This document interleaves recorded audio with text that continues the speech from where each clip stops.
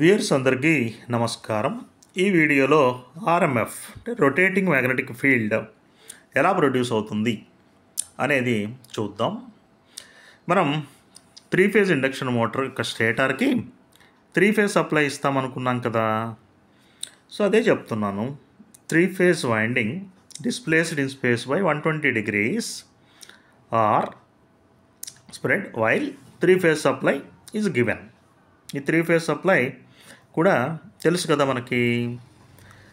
Are phase, Y phase, B phase అని ఒక్కొక్కటి 120 degrees apart ఉంటుందని తెలుసు కదా. సో ఇప్పుడు ఇదేమవుతుంది, 3 ఫేజ్ సప్లై ఇచ్చినప్పుడు 3 వైండింగ్స్కి ఫ్లక్స్ వస్తుంది కదా. సప్లై ఇచ్చినప్పుడు మరి క్లోజ్డ్ పాత్ ఫామ్ అవుతుంది, కరెంట్ ఫ్లో అవుతుంది, ఆ కరెంట్ మూలంగా ఫ్లక్స్ వస్తుంది కదా. సో ఆ ఫ్లక్స్ అనేది ఫస్ట్ ఫేజ్లో 5-1 ఇలా ఉంటుంది, రెండవ ఫేజ్లో 120 ల్యాగ్ అవుతుంది, మూడవ ఫేజ్లో 240 ల్యాగ్ అవుతుంది. ఇదిగో ఈ ఫేజర్ డయాగ్రామ్లో నేను చూపించాను కదా. 5-1 ఇలా తీసుకున్నట్లయితే ఇదిగో 5-2 120 వెనకబడి ఉంది, 5-3 240 వెనకబడి ఉంది కదా. ఇప్పుడు ఏం చేస్తున్నామంటే మనం చక్కగా డిఫరెంట్ ఇన్స్టెంట్స్ దగ్గర దీని యొక్క పరిస్థితి ఏంటి అనేది చూస్తున్నాం. డిఫరెంట్ ఇన్స్టెంట్స్ దగ్గర ఇది ఎలా ఉంటుంది, ఈ రిజల్టెంట్ ఫ్లక్స్ అనేది ఎలా ఉంటుంది అనేది మనం చూస్తున్నాం. సో ఇక్కడ ఫేజర్ డయాగ్రామ్ ఎలా గీసుకున్నాము, ఇదిగో ఇది 5-1 అనుకున్నాము, 120 degrees తర్వాత ఇదిగో 5-2 అనుకున్నాము, మరో 120 degrees తర్వాత 5-3 అనుకున్నాం కదా.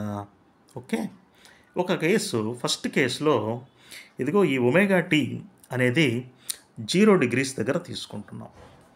ఈ 0 degrees దగ్గర తీసుకున్నప్పుడు మనకి 5-1, 5-2, 5-3 ఈక్వేషన్స్ ఇంతకు ముందే చూసాం కదా. వాటిల్లో సబ్స్టిట్యూట్ చేసినప్పుడు 5-1 ఏమో 0, 5-2 ఏమో -√3/2φm, 5-3 ఏమో √3/2φm. 5-1 0 కదా, 0 కాబట్టి ఇదిగో ఇదేమి ఉండదు, ఇదేమి లేదు కాబట్టి ఇదేమీ లేదు. 5-2 ఎంత, -√3/2 కదా. ఇదిగో ఇది 5-2 ఇది పాజిటివ్ డైరెక్షను, కానీ మనకున్నదేమో -√3/2 కదా. సో ఇటువైపు ఇదిగో ఇటు రాసాం. ఎంత ఇది, -√3/2. 5-3 ఎంత, √3/2φm. ఇదిగో పాజిటివ్ డైరెక్షన్ ఇదేగా. సో ఇదిగో √3/2φm. ఇదేమో 120, దీన్ని ఇటువైపు ఎక్స్టెండ్ చేసినప్పుడు ఈ 120 సగానికి స్ప్లిట్ అయిపోతుంది కదా. కాబట్టి ఇక్కడ యాంగిల్ 60 degrees, ఇదిగో 60 degrees. ఇదేమో -√3/2φm, ఇదేమో √3/2φm, ఈ మధ్యలోనేమో 60 degrees. మరి ఇది ఫేజర్స్ కాబట్టి మనం ప్యారలలోగ్రామ్ కన్స్ట్రక్ట్ చేయాలి. ప్యారలలోగ్రామ్ ఎలా కన్స్ట్రక్ట్ చేయాలి, దీనికి ప్యారలల్గా ఇదిగో ఈ డాటెడ్, దీనికి ప్యారలల్గా ఇదిగో ఈ డాటెడ్ కలిపేసి ఇదిగో ఇదే రిజల్టెంట్.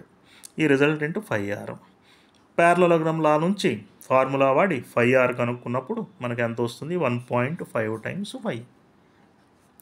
తర్వాత రెండవ కేసు చూద్దాం. ఈ ఇన్స్టెంట్ ఒమేగా-టీ అనేది 60 degrees అయ్యిందనుకోండి. మనకి ఇంతకు ముందు చూసిన 5-1 = 5m sin omega-tea, 5-2 = 5m sin omega-tea -120, 5-3 = 5m sin omega-tea -240 ఉన్నాయి కదా. వాటిల్లో సబ్స్టిట్యూట్ చేసినప్పుడు 60 degreesని 5-1 ఏమో ఇదిగో √3/2φm, 5-2 ఏమో మరి -√3/2φm, 5-3 ఏమో దిస్ ఈజ్ -5-3 ఏమో 0 అవుతుంది. చూడండి, ఇప్పుడు దీన్ని మళ్ళీ రెఫరెన్స్గా పెట్టుకోండి. 5-1 ఎంత వచ్చింది మనకి, √3/2φm పాజిటివ్ వైపు, ఇదిగో గీసేసాం. 5-2 -√3/2φm, -√3 అనేసరికి ఇది పాజిటివ్, ఇది కదా నెగిటివ్. సో ఇదిగో ఇది నెగిటివ్ వచ్చింది, -√3/2φm. 5-3 0, ఇదేమీ లేదు, 0. 5-3 అనేది ఏమీ లేదు. సేమ్ ఇదే కాన్సెప్ట్. సో √3/2φm -√3/2φm మధ్య యాంగిల్ ఏమో 60 degrees. ఇది ఇటు వచ్చింది కదా, ఈ 120ని మరి సగానికి విడగొట్టిందిగా. So 60 degrees.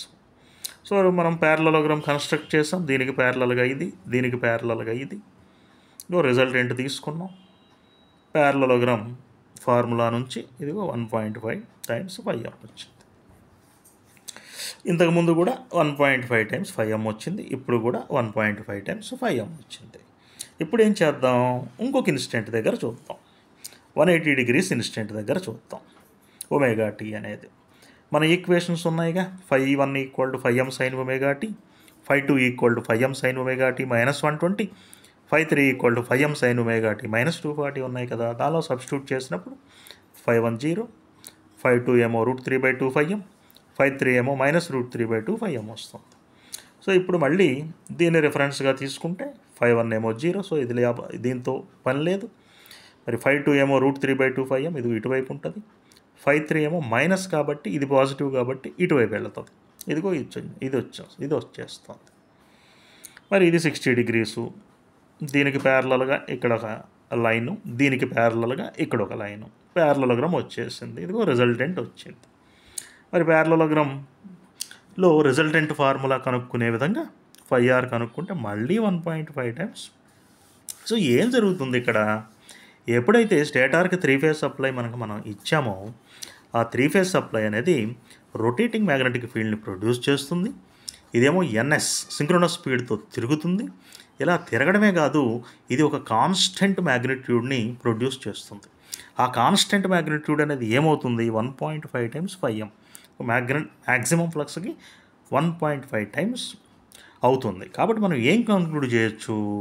The magnitude of resultant flux is φr అనుకున్నాగా, resultant is constant and equal to 1.5 times φm.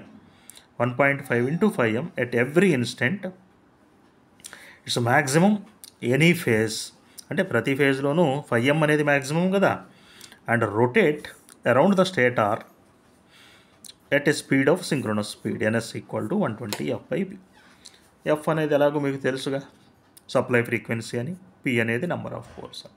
So మనం గమనించాల్సింది ఏంటి అంటే ఈ 3 phase పవర్కి బ్యాలెన్స్డ్ సప్లైకి అంత సిగ్నిఫికెన్స్ ఉంది, అంత పవర్ ఉంది.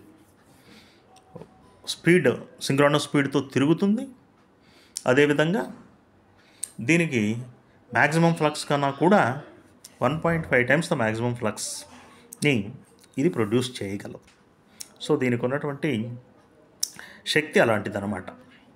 సో ఇది ఆర్ఎంఎఫ్ గురించి లేదా రొటేటింగ్ మ్యాగ్నెటిక్ ఫీల్డ్ గురించి తర్వాత క్లాసెస్లో ఫర్దర్గా ప్రొసీడ్ అవుదాం.